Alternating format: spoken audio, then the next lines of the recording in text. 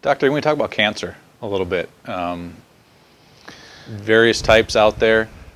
What are some of the things that you've seen in terms of your patients, and what some of the things that you've been able to do?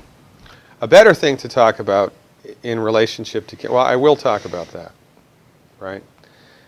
A better thing to talk about, however, is the relationship between profits and cancer in the United States. There was a study that was published, I believe it was in 1994. It was a 12-year program, 12-year study. They looked at adults who had developed cancer as an adult, not childhood cancer, but adult cancer, right? And this is the main types of cancer that we get here in the United States.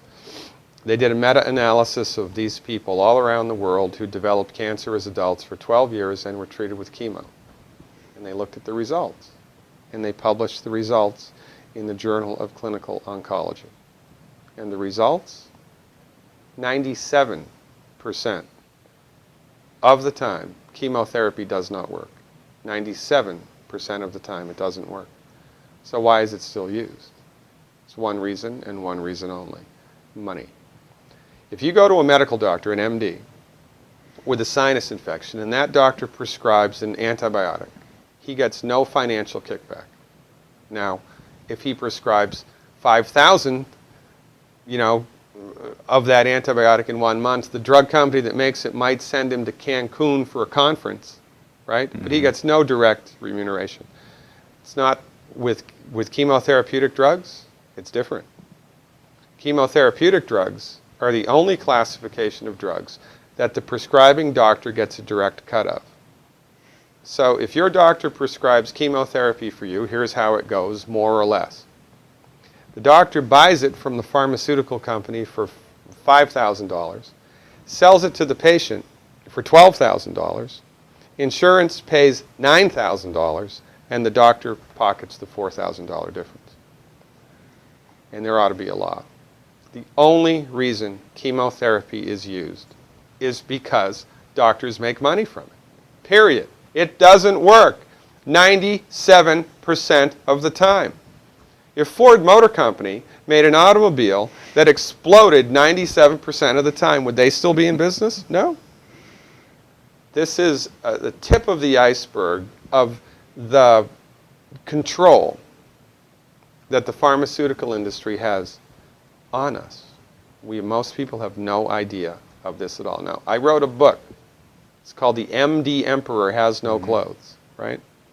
In my book, I have a bulleted list of 10 questions that every cancer patient should ask their doctor. 10 questions. I've had patients kicked out, literally, kicked out of the oncologist's office because the doctor was PO'd that the patient was asking him these questions. And these are just common sense questions. Cancer treatment in the United States, we have lost the war on cancer. We have lost the war on cancer. Why? Because cancer is not a reductionistic phenomenon. Cancer is a holistic phenomenon. And when you try to bring a reductionistic methodology like drugs and surgery to bear on a holistic phenomenon, you will completely miss the boat each and every time. You cannot do it. Medical doctors are like colorblind art critics. They can see that that's a boat.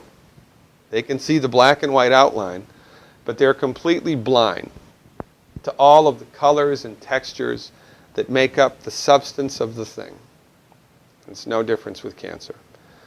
The reason that people get cancer in the United States and the reason that we have completely lousy outcomes is because medical doctors are driving the research bus.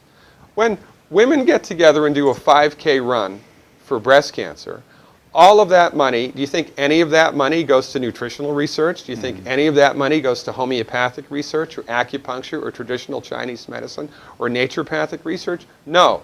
All of it goes to drugs and surgery, which do not work. Because medicine in the United States is a for-profit industry, and most people are completely unaware of this, and most people bow down to the altar of MD-directed high-tech medicine at their own demise.